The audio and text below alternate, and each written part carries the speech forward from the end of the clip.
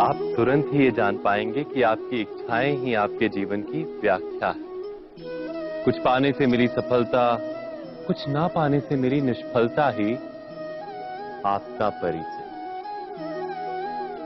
अधिकतर लोग ऐसे जीते हैं कि स्वयं भीतर से मरते रहते हैं, किंतु अपनी इच्छाओं को नहीं मार पाते। इच्छाएं उन्हें दौड़ाती हैं जिस प्रकार मृग तृष्णा मृग को दौड़ाती।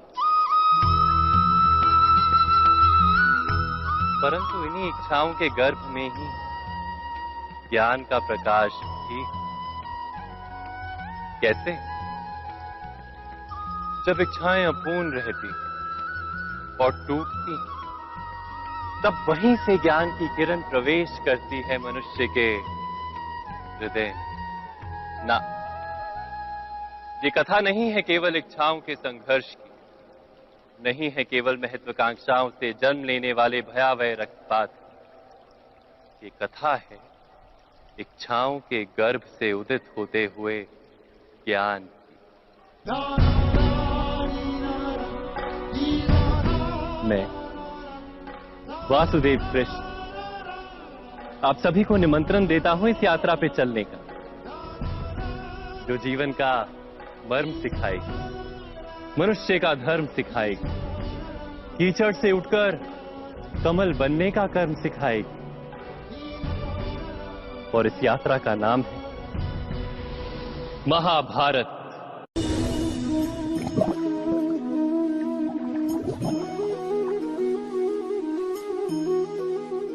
इस संसार में आने वाला प्रत्येक बालक संपूर्णतः संस्कार रहित होता है। उसके अंतर पर ना किसी अच्छे संस्कार के चिन्ह अंकित होते हैं, ना ही बुरे संस्कार के। अर्थात जन्म से बालक में ना कोई गुण होता है और ना ही कोई दोष। तो ये दोष अथवा गुण किस प्रकार प्राप्त होते हैं? क्या हमने कभी विचार किया है? जो बात माता पिता के मुख से निरंतर सुनी जाती है, वही बात उनकी संतानों के हृदय का संस्कार बनती है। जैसे किसी गांव में नदी तट तक एक पगडंडी बन जाती है केवल उस मार्ग पर बार बार चलने के कारण।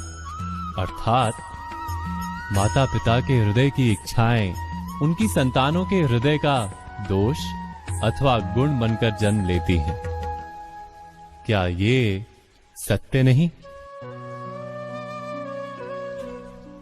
पर फिर भी जब उनकी संतानों में कोई दोष दिखाई देता है तो माता पिता आश्चर्य और दुख से भर जाते हैं।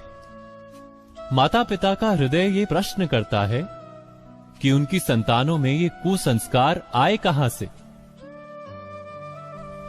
सत्य तो यही है कि माता पिता अपनी संतानों को अनजाने में ही कुसंस्कार के बीज दे देते हैं, जो उनके संतानों की हृदय भूमि पर कुसंस्कार का वृक्ष बनकर उगता है।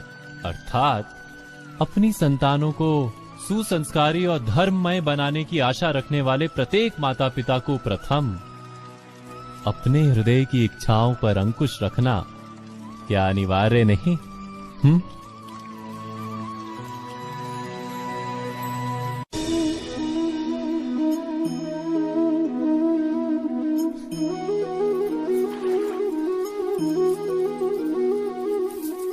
पिता सदा ही अपने संतान के सुख की कामना करते हैं, उनके भविष्य की चिंता करते रहते हैं। इसी कारणवश सदा ही अपने संतानों के भविष्य का मार्ग स्वयं निश्चित करने का प्रयत्न करते रहते हैं।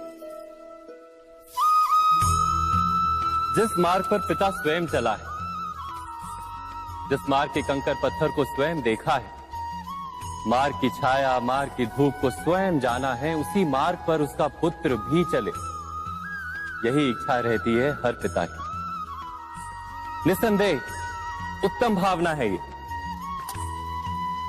किंतु 3 प्रश्नों के ऊपर विचार करना हम भूल ही जाते हैं। कौन से प्रश्न? प्रथम प्रश्न, क्या समय के साथ प्रत्येक मार्ग बदल नहीं जाते?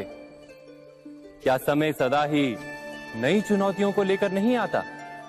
तो फिर बीते हुए समय के अनुभव नई पीढ़ी को किस प्रकार लाभ दे सकते हैं? दूसरा प्रश्न, क्या प्रत्येक संतान अपने माता पिता की छवि होता है? हाँ, संतानों को संस्कार तो अवश्य माता पिता देते हैं, किंतु भीतर की क्षमता तो ईश्वर देते हैं। तो जिस मार्ग पर पिता को सफलता मिली है, विश्वास है कि उसी मार्ग पर उसकी संतानों को भी सफलता और सुख प्राप्त होगा।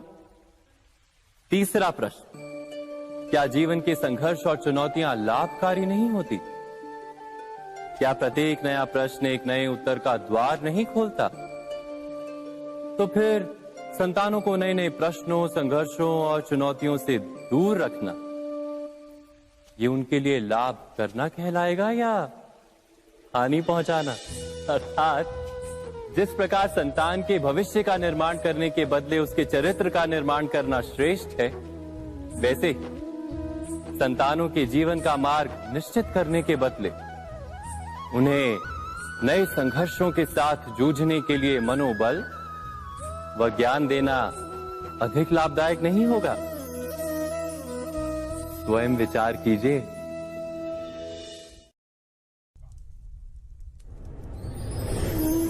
पूर्वजों की इच्छा, आशा, महत्वाकांक्षा, क्रोध, बैर, प्रतिशोध, यही सब आने वाली पीढ़ी की धरोहर बनते हैं। माता पिता अपनी संतानों को देना तो चाहते हैं समस्त विश्व का सुख, पर देते हैं अपनी पीड़ाओं की संपत्ति। देना चाहते हैं अमृत, पर साथ ही साथ विष का घड़ा भी भर देते हैं। आप विचार कीजिए, आपने अपनी संतानों को क्या दिया आज तक? अवश्य प्रेम, ज्ञान, संपत्ति आदि दिए, पर क्या साथ ही साथ उनके मन को मैल से भर देने वाले पूर्व ग्रह नहीं दिए? अच्छे बुरे की पूर्व निर्धारित व्याख्याएं नहीं दी? व्यक्ति का व्यक्ति के साथ, समाजों का समाजों के साथ, राष्ट्र का राष्ट्र के साथ संघर्ष क्या इन्हीं पूर्व ग्रहों से निर्मित नहीं होते? हत्या, मृत्यु, रक्तपात क्या इन्हीं पूर्व ग्रहों से नहीं जन्मते? अर्थात माता पिता अपनी संतानों को जन्म के साथ मृत्यु का दान भी देते हैं। प्रेम के प्रकाश के साथ साथ घृणा का अंधकार भी देते हैं, और अंधकार मन का, हृदय का हो या वास्तविक हो, उससे केवल भय प्राप्त होता है, केवल भय। स्वयं विचार कीजिए।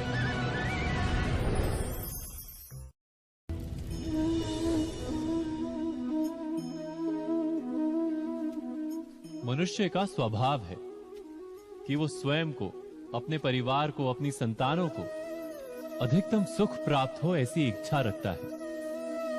इसी कारण से हम सदा श्रम और कष्ट से अंतर रखते हैं, विश्राम और सुविधाओं को बढ़ाने का प्रयास करते हैं।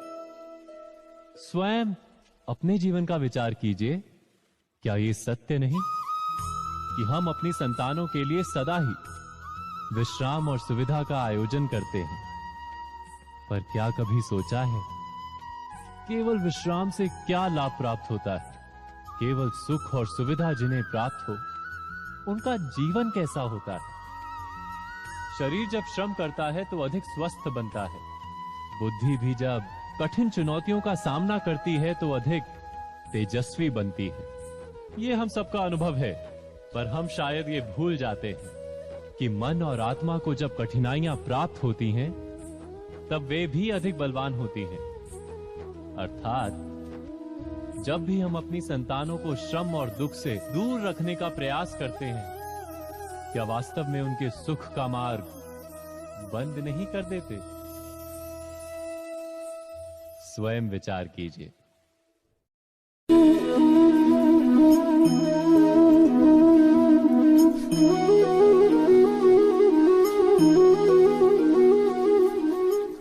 संतानों के भविष्य को सुख से भरने का प्रयत्न करना, यही हर माता पिता का प्रथम कर्तव्य होता है। जिन्हें आप इस संसार में लाए और जिनके कर्मों से ये जगत आपका भी परिचय पाएगा भविष्य में, उनके भविष्य के सुख की योजना करने से अधिक महत्व और हो भी क्या सकता है।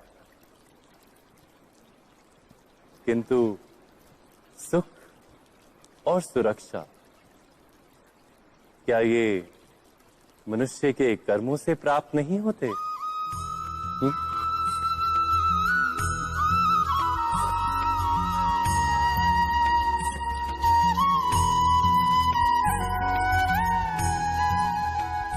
माता पिता के दिए हुए अच्छे या बुरे संस्कार, उनकी दी हुई योग्य अथवा अयोग्य शिक्षा, क्या आज के सारे कर्मों का मूल नहीं? संस्कार और शिक्षा से बनता है मनुष्य का चरित्र। अर्थात माता पिता अपनी संतानों का जैसा चरित्र बनाते हैं, ऐसा ही बनता है उनका भविष्य। किंतु फिर भी अधिकतर माता पिता अपनी संतानों का भविष्य सुरक्षित करने की चिंता में उनका चरित्र निर्माण का कार्य भूल ही जाते हैं। वस्तुतः जो माता पिता अपनी संतानों के भविष्य की चिंता करते हैं, उनकी संतानों को कोई लाभ नहीं होता। किंतु जो माता पिता अपने संतानों के भविष्य की नहीं, उनके चरित्र का निर्माण करते हैं, उन संतानों की प्रशस्ति समस्त संसार करता है। स्वयं विचार कीजिए।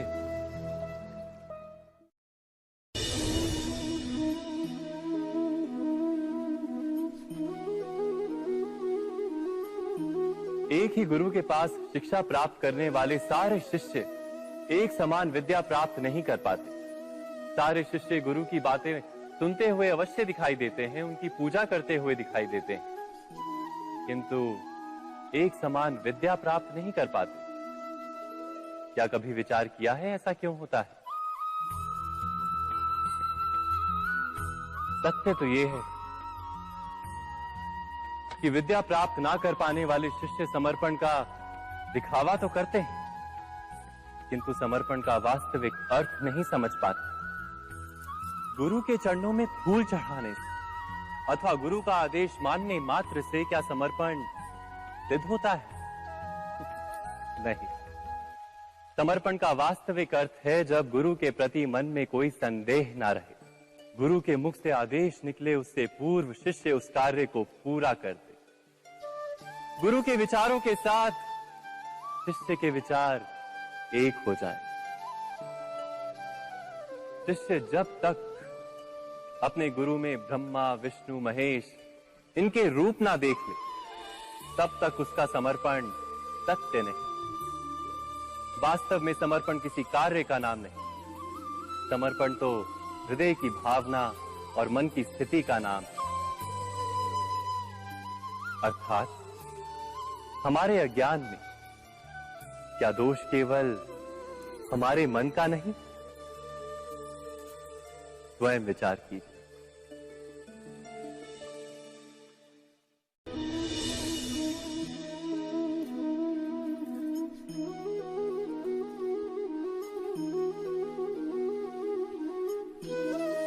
ज्ञान प्राप्ति सदा ही समर्पण से होती है, ये हम सब जानते हैं। किंतु समर्पण का वास्तविक महत्व क्या है?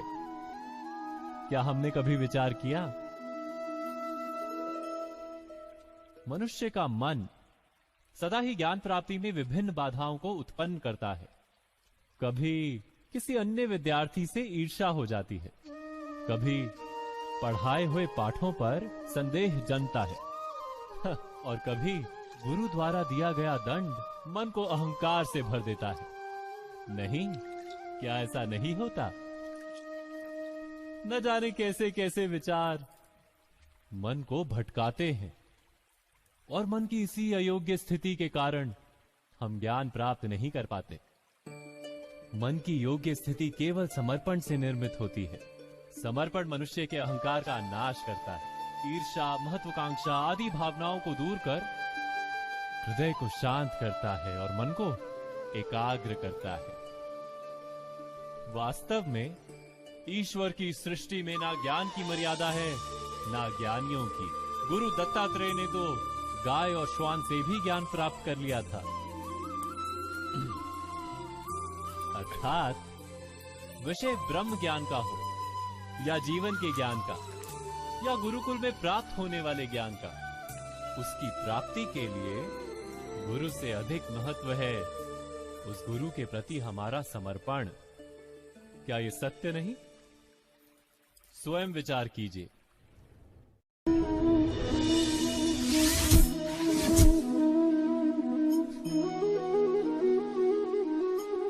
श्रेष्ठता का क्या अर्थ है?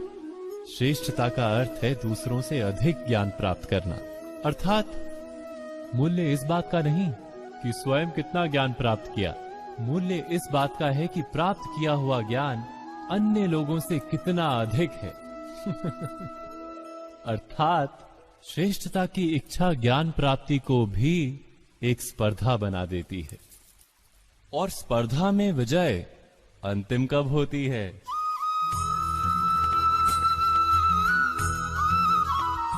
कुछ समय के लिए तो श्रेष्ठ बना जा सकता है, किंतु सदा के लिए कोई श्रेष्ठ नहीं रह पाता।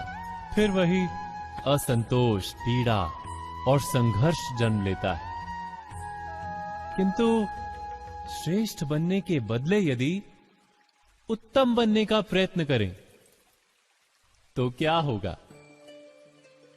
उत्तम का अर्थ है कि जितना प्राप्त करने योग्य है वो सब प्राप्त करना, किसी से अधिक पाने की इच्छा से नहीं, मात्र आत्मा की तृप्ति हेतु कुछ प्राप्त करना।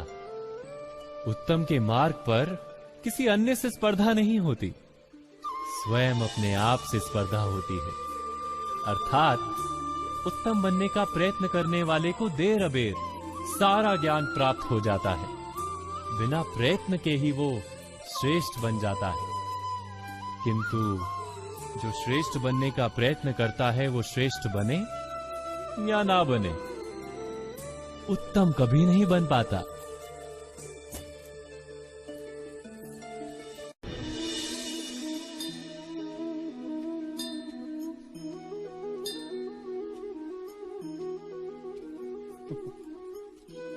जब जब मनुष्य के सामने कोई विकट स्थिति आती है तो मनुष्य ईश्वर से प्रार्थना करता है, ईश्वर के समक्ष याचना करता है कि वो स्थिति से उभरे।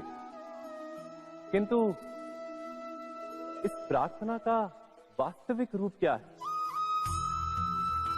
क्या ये हमने कभी विचार किया है? प्रार्थना का अर्थ है अपनी सारी आशंकाएं, सारी चिंताएं, सारे संकल्प विकल्प, अपनी सारी योजनाएं ईश्वर के चरणों पर रख देना। अर्थात अपने कर्म का फल क्या होगा इसकी चिंता ना करके धर्म के अनुरूप कर्म करना, ईश्वर की योजना को अपनी नियति मानना, यही प्रार्थना है ना। किंतु ईश्वर की योजना को समझ पाना क्या संभव है? वो योजना तो हमारे कार्यों के परिणाम के रूप में प्रकट होती है सदा ही, किंतु यदि कोई कर्मों का ही त्याग कर दे, क्या वो प्रार्थना है? वास्तव में कर्म ही जीवन और फल के प्रति मोह ना रखना ही सच्ची प्रार्थना। जो प्रार्थना कर्म में बाधा बन जाए, मनुष्य को कार्य ही ना करने दे, वो प्रार्थना है या पराजय? स्वयं विचार कीजिए।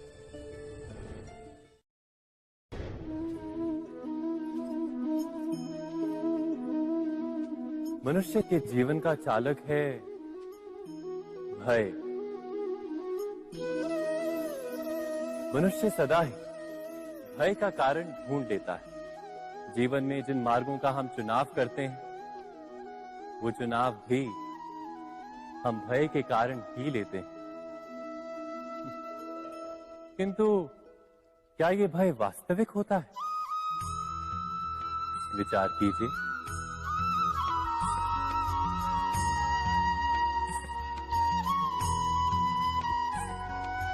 भय का अर्थ है आने वाले समय में विपत्ति की कल्पना। किंतु समय का स्वामी कौन? ना तो हम समय के स्वामी हैं, ना हमारे शत्रु या प्रतिस्पर्धी।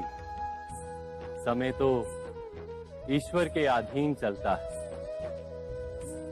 तो क्या यदि कोई आपको हानि पहुंचाने के लिए केवल योजना बनाता है, वो वास्तव में आपको हानि पहुंचा सकता है? नहीं, किंतु भय से भरा हुआ हृदय हमें अधिक हानि पहुंचाता है। क्या ये सत्य नहीं?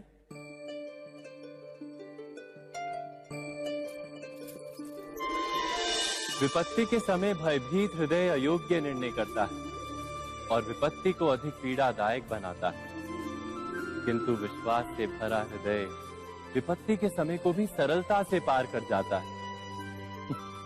अर्थात जिस कारण से मनुष्य हृदय में भय को स्थान देता है, भय ठीक उससे विपरीत कार्य करता है। क्या ये सत्य नहीं? स्वयं विचार कीजिए।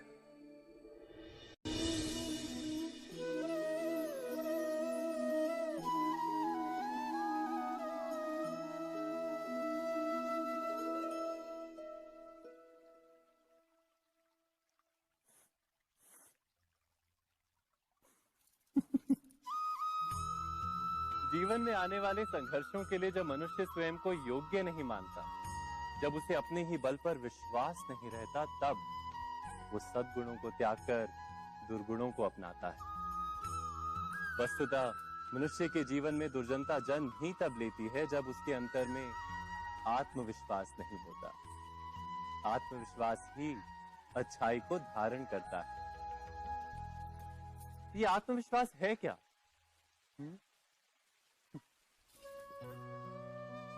जब मनुष्य ये मानता है कि जीवन का संघर्ष उसे दुर्बल बनाता है, तो उसे अपने ऊपर विश्वास नहीं रहता। वो संघर्ष के पार जाने के बदले संघर्ष से छूटने के उपाय ढूंढने लगता है। किंतु जब वो ये समझता है कि ये संघर्ष उसे अधिक शक्तिशाली बनाते हैं, ठीक जैसे व्यायाम करने से देह की शक्ति बढ़ती, तो प्रत्येक संघर्ष के साथ उसका उत्साह बढ़ता है। अर्थात आत्मविश्वास और कुछ भी नहीं, मन की स्थिति, जीवन को देखने का दृष्टिकोण मात्र है। और जीवन का दृष्टिकोण तो मनुष्य के अपने वश में होता है। स्वयं विचार कीजिए।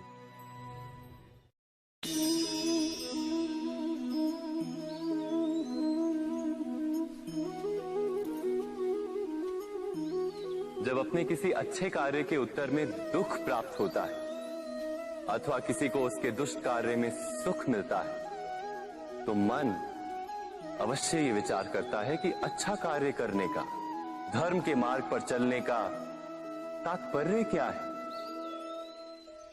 पर दुष्ट आत्मा को क्या प्राप्त होता है ये भी देखिए।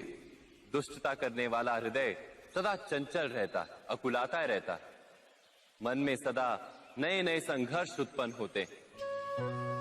अविश्वास उसे जीवन भर दौड़ाता है। क्या ये सुख है?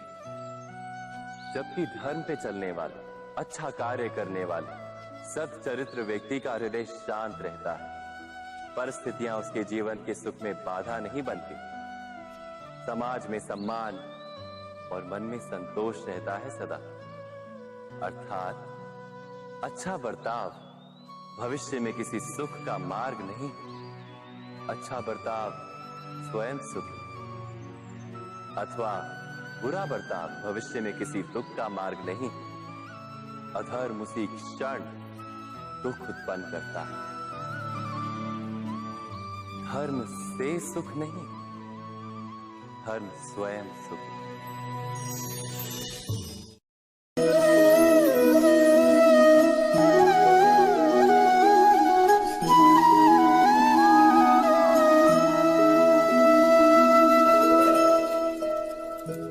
जब किसी व्यक्ति को किसी घटना में अन्याय का अनुभव होता है, तो वो घटना उसके अंतर को झकझोर देती। समस्त जगत उसे अपना शत्रु प्रतीत होता है। अन्याय लगने वाली घटना जितनी बड़ी होती है, मनुष्य का हृदय भी उतना ही अधिक विरोध करता है। उस घटना के उत्तर में वो न्याय मांगता है, और ये योग्य भी है। वास्तव में समाज में किसी भी प्रकार का अन्याय व्यक्ति की आस्था और विश्वास का नाश है। किंतु ये न्याय क्या है? न्याय का अर्थ क्या है? अन्याय करने वाले को अपने कार्य पर पश्चाताप हो और अन्याय भुगतने वाले के मन में फिर से विश्वास जगे समाज के प्रति। इतना ही अर्थ है ना न्याय का। किंतु जिसके हृदय में धर्म नहीं होता, वो न्याय को छोड़कर बैर और प्रतिशोध को अपनाता है। हिंसा के बदले प्रतिहिंसा की भावना लेकर चलता है। स्वयं भोगी हुई पीड़ा से कहीं अधिक पीड़ा देने का प्रयत्न करता है, और इस मार्ग पर चलते अन्याय को भुगतने वाला स्वयं अन्याय करने लगता है। शीघ्र ही वो अपराधी बन जाता है। अर्थात न्याय और प्रतिशोध के बीच बहुत कम अंतर होता है, और इसी अंतर का नाम है धर्म। क्या ये सत्य नहीं? स्वयं विचार कीजिए। व्यक्ति को जब उसके अपराध का दंड मिलता है, तब कभी कभी उस न्याय को देखकर मन कचोटता है। प्रश्न उठता है हृदय में कि जब वो अपराध हुआ था, तब व्यक्ति भिन्न था। उसके पश्चात उसने इतने पश्चाताप किए, स्वयं में इतना परिवर्तन किया, फिर उसे दंड क्यों मिले? पर जहां आघात होता है, वहां प्रत्याघात भी होता है। जैसा कर्म वैसा फल। यदि किसी को प्रेम दोगे तो सुख प्राप्त होगा, यदि किसी की हत्या करोगे तो मृत्यु दंड मिलेगा। जैसा कार्य वैसा ही न्याय। तो फिर प्रायश्चित और पश्चाताप का कोई मूल्य नहीं है? अवश्य है मूल्य। प्रायश्चित और पश्चाताप मनुष्य की आत्मा को बलवान करता है। आने वाले दंड को स्वीकार करने के लिए मनुष्य को तैयार करता है। अर्थात बिना प्रायश्चित के दंड स्वीकार करने का कोई मूल्य है? स्वयं विचार कीजिए। मनुष्य के हृदय में भय का साम्राज्य रहता है सदा। कभी संपत्ति के नाश का भय, कभी अपमान का भय, कभी अपनों से छूट जाने का भय। इसीलिए भय का होना सबको स्वाभाविक ही लगता है। क्या कभी विचार किया है, जो स्थिति अथवा वस्तु भय को जन्म देती है, क्या वहीं से वास्तव में दुख आता है? नहीं, ऐसा तो कोई नियम नहीं। और सबका अनुभव तो ये बताता है कि भय धारण करने से भविष्य के दुख का निवारण नहीं होता। भय केवल आने वाले दुख की कल्पना मात्र ही है। वास्तविकता से इसका कोई संबंध नहीं है। तो क्या ये जानते हुए भी कि भय कुछ और नहीं, केवल कल्पना मात्र ही है, इससे मुक्त होकर निर्भय बन पाना क्या बहुत कठिन है? अवश्य विचार कीजिएगा।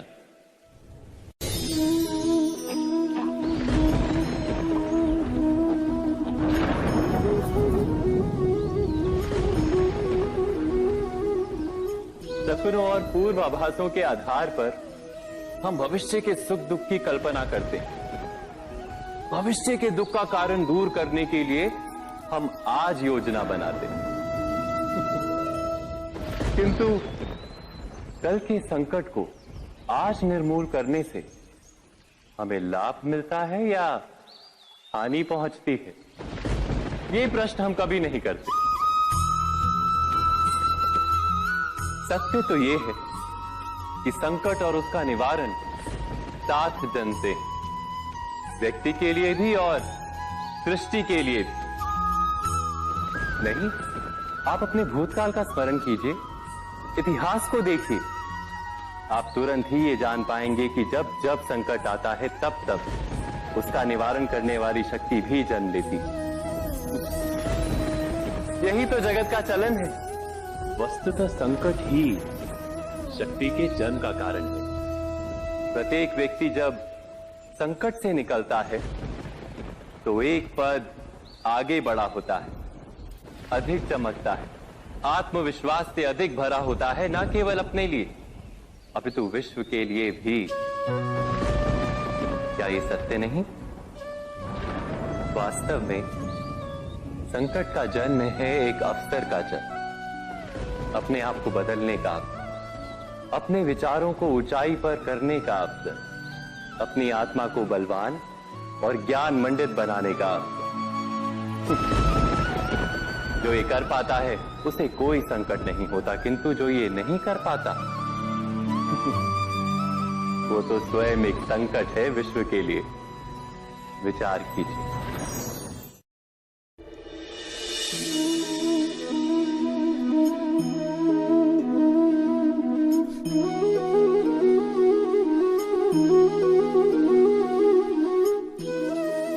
जीवन का हर क्षण निर्णय का क्षण होता है। प्रत्येक पद पर दूसरे पद के विषय में कोई निर्णय करना ही पड़ता है, और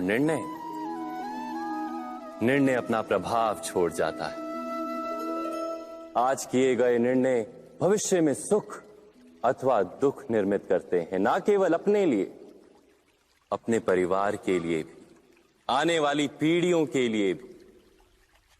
जब कोई दुविधा सामने आती है तो मन व्याकुल हो जाता है, अनिश्चय से भर जाता है। निर्णय का वो क्षण युद्ध बन जाता है और मन बन जाता है युद्ध भूमि।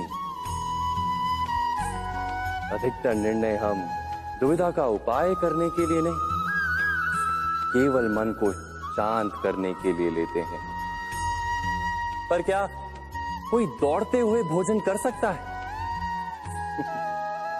नहीं। तो क्या युद्ध से जूझता हुआ मन कोई योग्य निर्णय ले पाएगा?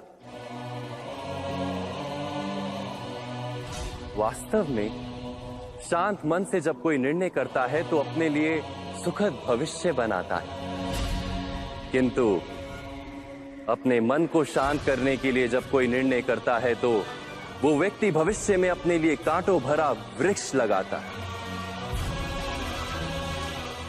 स्वयं विचार कीजिएगा।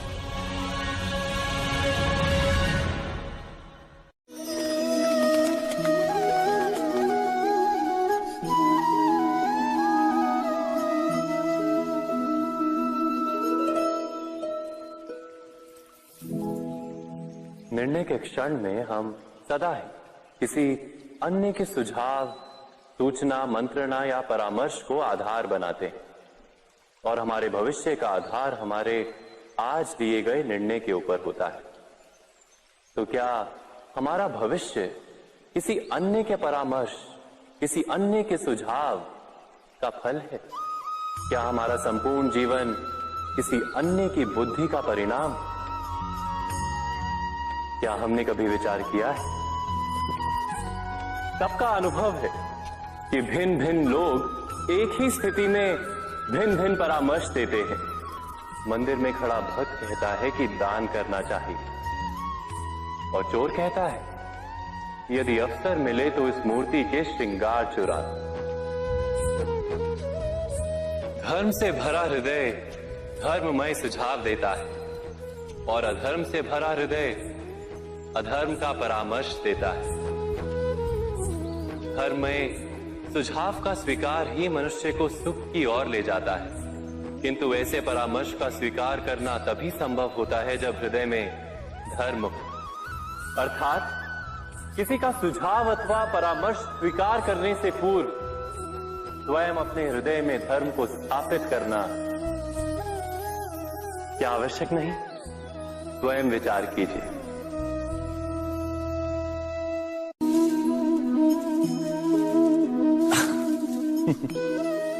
मनुष्य के सारे संबंधों का आधार है अपेक्षा।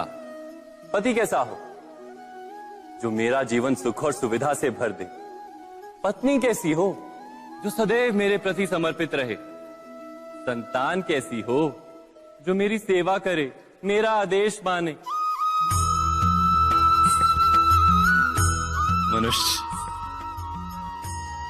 मनुष्य उसी को प्रेम भी कर पाता है जो उसकी अपेक्षा पूर्ण करता है, और अपेक्षा की तो नियति है भंग होना। कैसे?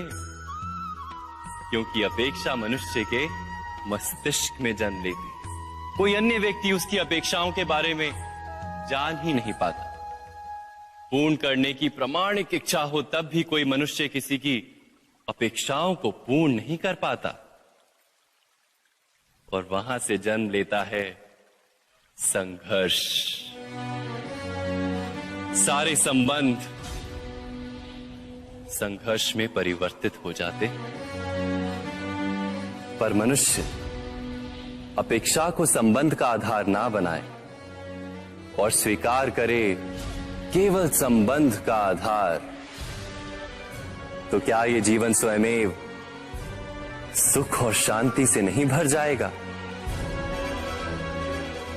स्वयं विचार कीजिएगा।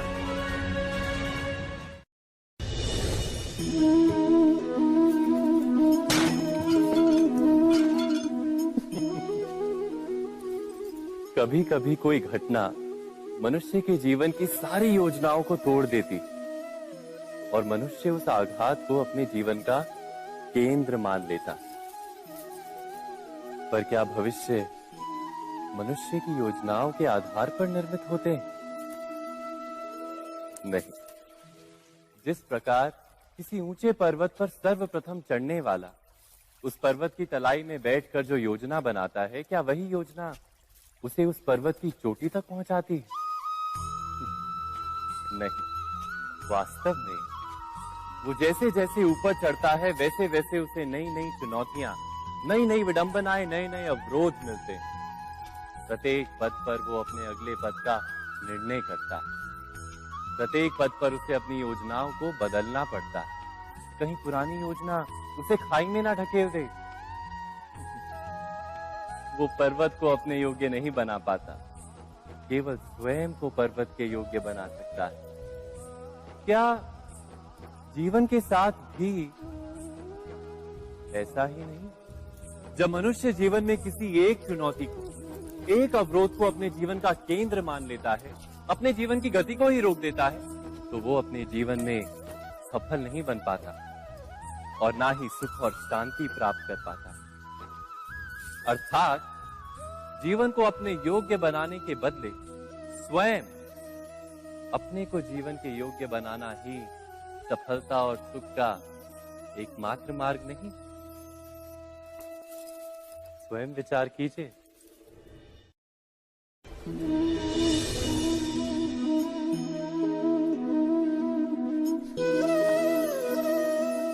सत्ता की लालसा सबके हृदय को घेरे रहती है।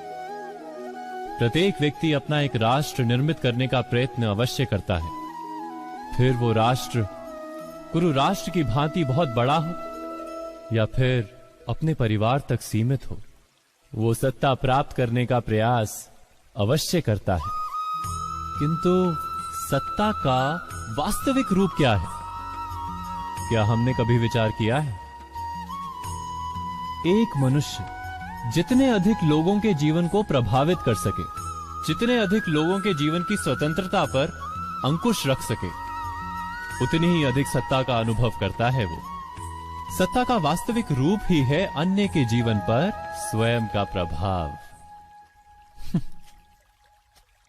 किंतु क्या वास्तविक प्रभाव प्रेम, दया, करुणा और धर्म से निर्मित नहीं होता? जब भी मनुष्य कठोरता और अधर्म से सत्ता प्राप्त करने का प्रयत्न करता है, तब वो दूसरों के हृदय में विरोध अथवा विद्रोह को जन्म देता है। और परिणाम कुछ इस प्रकार। हाँ, कुछ समय के लिए वो स्वयं को प्रभावी और शक्तिशाली अवश्य पाता है, किंतु वो वास्तविक सत्ता नहीं। यही कारण है कि भृगु और वशिष्ठ जैसे ऋषियों की आज भी पूजा की जाती है, रावण और हिरण्यकशिपु की नहीं।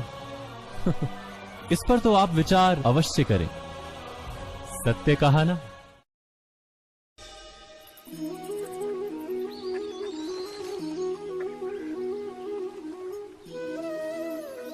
समय के आरंभ से ही मनुष्य को एक प्रश्न सदा पीड़ा देता है कि वो अपने संबंधों में अधिकतम सुख और कम से कम दुख किस प्रकार प्राप्त कर सकता है। क्या आपके सारे संबंधों ने आपको संपूर्ण संतोष दिया है? विचार कीजिए।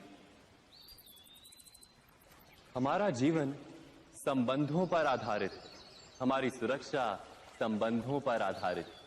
इसी कारण हमारे जीवन के सारे सुखों का आधार भी संबंध है। किंतु फिर भी हमें संबंधों में ही अधिकतर दुख क्यों प्राप्त होते हैं? सदा ही संघर्ष भी संबंधों से ही उत्पन्न क्यों हो जाते हैं? कभी विचार किया है? जब कोई व्यक्ति किसी अन्य व्यक्ति के विचार अथवा कार्य को स्वीकार नहीं करता, उसमें परिवर्तन करने का प्रयत्न करता है, तो संघर्ष जन्म लेता है। अर्थात जितना अधिक अस्वीकार उतना ही अधिक संघर्ष, और जितना अधिक स्वीकार उतना ही अधिक सुख। क्या ये वास्तविकता नहीं?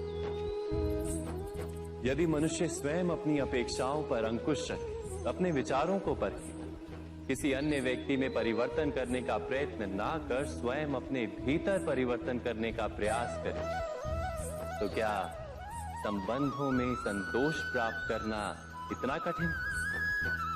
अर्थात क्या स्वीकार ही संबंध का वास्तविक अर्थ नहीं? स्वयं विचार कीजिए।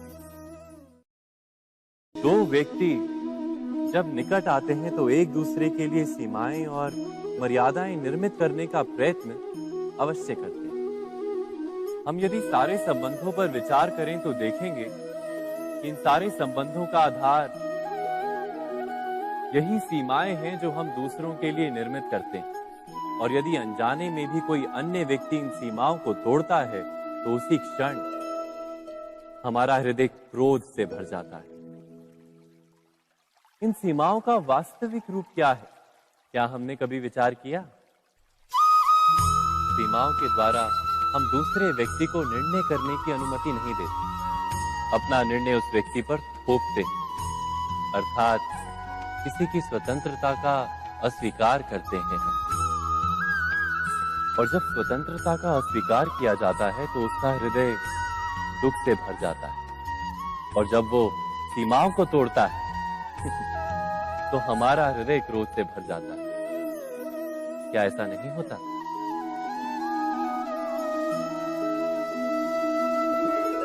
पर यदि एक दूसरे की स्वतंत्रता का सम्मान किया जाए तो किसी मर्यादाओं या सीमाओं की आवश्यकता ही नहीं होती।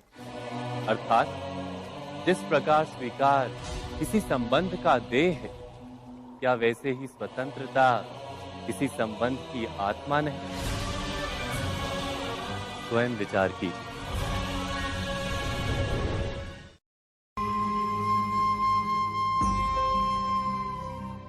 प्रत्येक मनुष्य के जीवन में ऐसा क्षण अवश्य आता है जब सारे स्वप्न, सारी आशाएं, सारे दृश्य ध्वस्त हो जाते हैं। जीवन के सारे आयोजन ही बिखर जाते हैं। एक और धर्म होता है और दूसरी ओर सुख। इसी को धर्म संकट कहते हैं।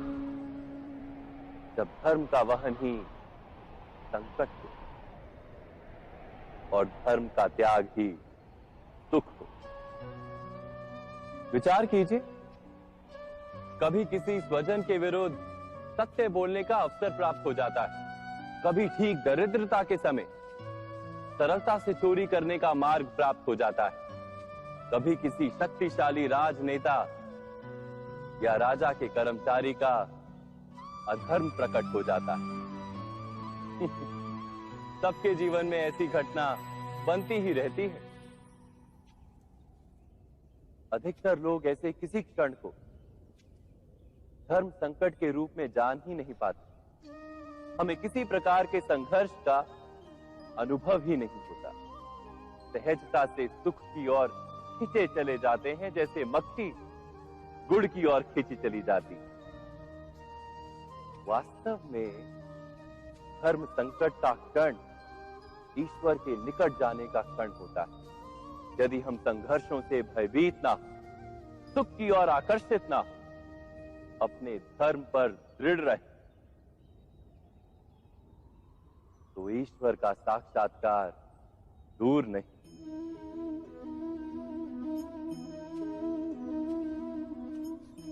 पवन से युद्ध करने वाला पत्ता यदि पेड़ से गिरता है तो भी आकाश की ओर उठता है। पवन से झुकने वाली घास वहीं भूमि पर रह जाती है। अर्थात धर्म संकट से यदि हम संकट को ही टाल दें तो सुख तो मिलता है, जीवन बढ़ता है, किंतु क्या चरित्र नहीं टूटता? क्या आत्मा दरिद्र नहीं हो जाती? क्या ईश्वर से अंतर नहीं हो जाता? स्वयं विचार कीजिए। जब भी किसी की आशा और इच्छा भंग होती है तो उसका हृदय क्रोध से भर जाता है। जिस व्यक्ति को वो अपना अपराधी समझता है उसे दंड देने का प्रयत्न करता है। पर क्या हमारी इच्छा या आशा का भंग होना क्या सदा ही किसी का अपराध होता है? इच्छाओं के अपूर्ण रहने के तो कई कारण हो सकते हैं। कुछ तो संजोग के कारण अधूरी रह जाती हैं और कुछ नियति के कारण। और कभी कभी इच्छाओं का स्वरूप ही ऐसा होता है कि वो पूर्ण नहीं हो पाती। बिना परिस्थिति पर विचार किए किसी को अपराधी मान लेना न्याय नहीं, प्रतिशोध है। न्याय का आधार तो दया है, करुणा है, और प्रतिशोध का आधार क्रोध, अहंकार। अर्थात हृदय में करुणा धारण किए बिना किसी के अपराध के विषय में विचार करना, किसी को दंड देना क्या अपने आप में ही अन्याय नहीं? स्वयं विचार कीजिए।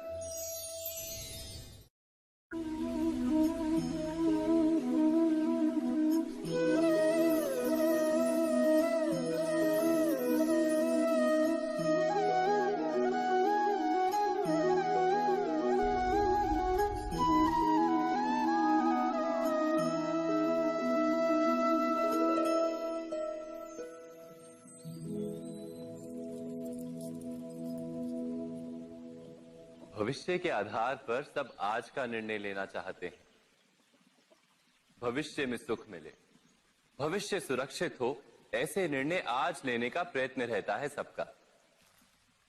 आप अपने जीवन को देखिए, क्या आपके अधिकतर निर्णय के पीछे भविष्य का विचार नहीं होता? और हो भी क्यों ना, अपने जीवन को सरल और सुखमय बनाने का प्रयत्न करने का अधिकार सबका है। पर भविष्य तो कोई नहीं जानता, केवल कल्पना ही की जा सकती है। तो जीवन के सारे महत्वपूर्ण निर्णय कल्पनाओं के आधार पर ही करते हैं हम। क्या निर्णय करने का कोई तीसरा मार्ग हो सकता है? विचार कीजिए। सारे सुखों का आधार धर्म है और वो धर्म मनुष्य के हृदय में बसता है। तो प्रत्येक निर्णय से पूर्व स्वयं अपने हृदय से ये प्रश्न अवश्य पूछ लेना कि ये निर्णय स्वार्थ से जन्मा है या धर्म से। क्या इतना पर्याप्त नहीं? भविष्य के बदले धर्म का विचार करने से क्या भविष्य अधिक सुखपूर्ण नहीं होगा? स्वयं विचार कीजिए।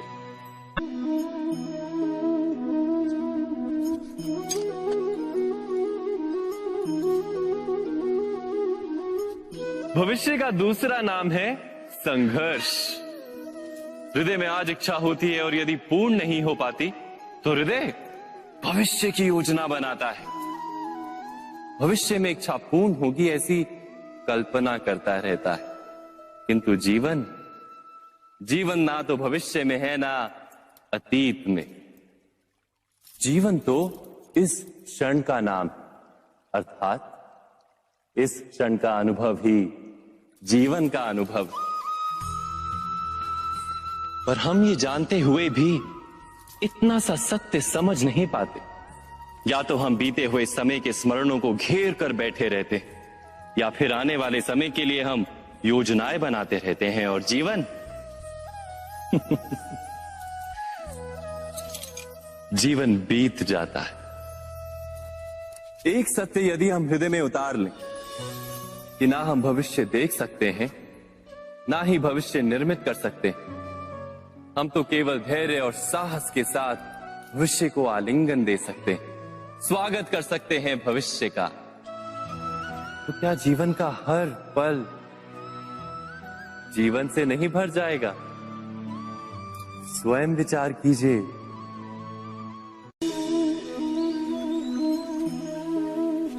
सबके जीवन में ऐसा प्रसंग अवश्य आता है कि सत्य कहने का निश्चय होता है हृदय में, किंतु मुख से सत्य निकल नहीं पाता।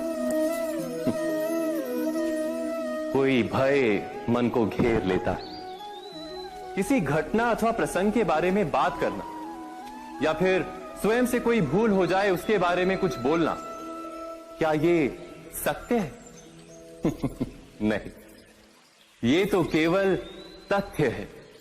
अर्थात जैसा हुआ था वैसा केवल बोल देना सामान्य सी बात है। किंतु कभी कभी उस तथ्य को बोलते हुए भी भय लगता है। कदाचित किसी दूसरे की भावनाओं का विचार आता है मन, दूसरे को दुख होगा ये भय भी शब्दों को रोकता है। तो ये सत्य क्या है? क्या हमने कभी विचार किया है? जब भय रहते हुए भी कोई तथ्य बोलता है तो वो सत्य कहलाता है। वास्तव में सत्य कुछ और नहीं, केवल निर्भयता का दूसरा नाम है। और निर्भय होने का कोई समय नहीं होता, क्योंकि निर्भयता आत्मा का स्वभाव है। अर्थात क्या प्रत्येक क्षण सत्य बोलने का क्षण नहीं होता?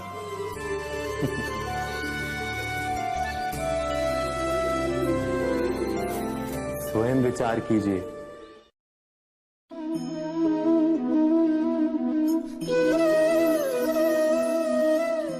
परंपरा में धर्म बसता है और परंपराएं ही धर्म को संभालने का कार्य करती हैं, ये सत्य है। पर क्या केवल परंपरा ही धर्म है? विचार कीजिए। सत्य तो यह है कि जिस प्रकार पाषाण में शिल्प होता है, उसी प्रकार परंपरा में धर्म होता है। इस पत्थर में शिल्प है, ये पत्थर शिल्प नहीं। शिल्प को उजागर करने के लिए उसे तोड़ना पड़ता है, अनावश्यक भागों को दूर करना पड़ता है।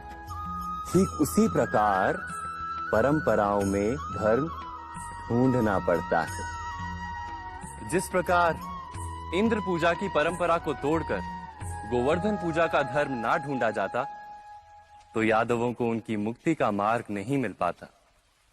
अर्थात परंपरा को पूर्णता छोड़ देने वाला धर्म से वंचित रह जाता है, और परंपरा का अंध अनुकरण करने वाला भी धर्म को प्राप्त नहीं कर पाता।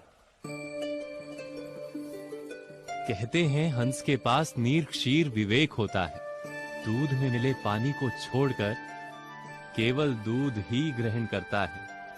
तो क्या सच्चा धर्म प्राप्त करने के लिए हृदय में ज्ञान से जन्मा विवेक आवश्यक है? और ऐसे विवेक के बिना जिसे धर्म मान भी लिया जाए, जो वास्तव में धर्म ना भी हो, ऐसा भी तो हो सकता है।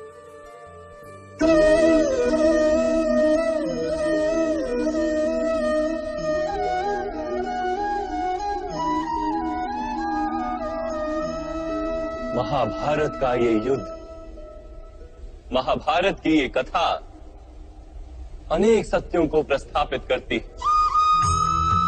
महानतम सत्य ये कि अलगपन और भिन्नता ही अधर्म का मूल है, और एकात्मता एकात्मता ही धर्म का आधार। कैसे? स्वयं विचार कीजिए। मनुष्य का हृदय सुख की आशाओं से, सत्ता और संपत्ति की इच्छाओं से घिरा रहता है सदा। किंतु सामान्य रूप से मनुष्य अपने माता पिता, संतानों, भाई बहन या पत्नी के साथ उचित व्यवहार ही करता है, कोई अन्याय नहीं करता। वो सुख और संपत्ति को समान भागों में बांटकर भोगता है, क्योंकि वो ये जानता है कि उसके सुख का आधार है उसका परिवार, उसके सुख का कारण है उसका परिवार। मनुष्य ये भी जानता है कि उसका सुख समाज से आता है, किंतु वो समाज के साथ अन्याय कर लेता है, समाज का शोषण कर लेता है, क्योंकि वो समाज को अपने सुख का कारण नहीं मानता, वो समाज को अपने सुख का साधन मानता है। भेद है तो कारण और साधन में। मनुष्य को जब ये बोध हो जाता है कि सारा संसार परमात्मा का ही रूप है, प्रत्येक जीव परमात्मा का ही अंश है, अर्थात कोई पराया नहीं, सब अपने, ये सारा संसार अपना ही है, अपना ही परिवार है, तो क्रोध का कोई कारण ही नहीं रह जाता। सारे संघर्ष, सारा वैर, सारा प्रतिशोध नष्ट हो जाता है। अंतर में परमात्मा और संसार में एकात्मता, यही धर्म का मूल सिद्धांत है। महाभारत की ये यात्रा क्रोध से बोध की यात्रा है, भिन्नता से एकात्मता की यात्रा है। भूमि पर वास करने वाली प्रजा जब तक इस महाभारत की कथा को अपने स्मरणों में जीवित रखेगी, तब तक ऐसा विध्वंस पुनः नहीं होगा। कोई भी शक्ति इसकी महत्ता का वस्त्र हरण नहीं कर पाएगी। इस यात्रा में मेरे साथ प्रवास करने वालों को मैं अभिनंदन देता हूं। उनके हृदय में धर्म का बीज स्थापित, कल्याण, संसार का कल्याण। ओम सहना भवतु। ईश्वर हमारा रक्षण करे। सहनो भुनक्तु। हम सब मिलकर सुख भोगे। सहवीर्यम करवावहे। एक दूसरे के लाभ प्रयास करें। तेजस्विनावधितमस्तु। हम सबका जीवन तेज से भर जाए। मा विद्विषावहे। परस्पर कोई द्वेष या ईर्ष्या ना हो। ओम शांति शांति शांति।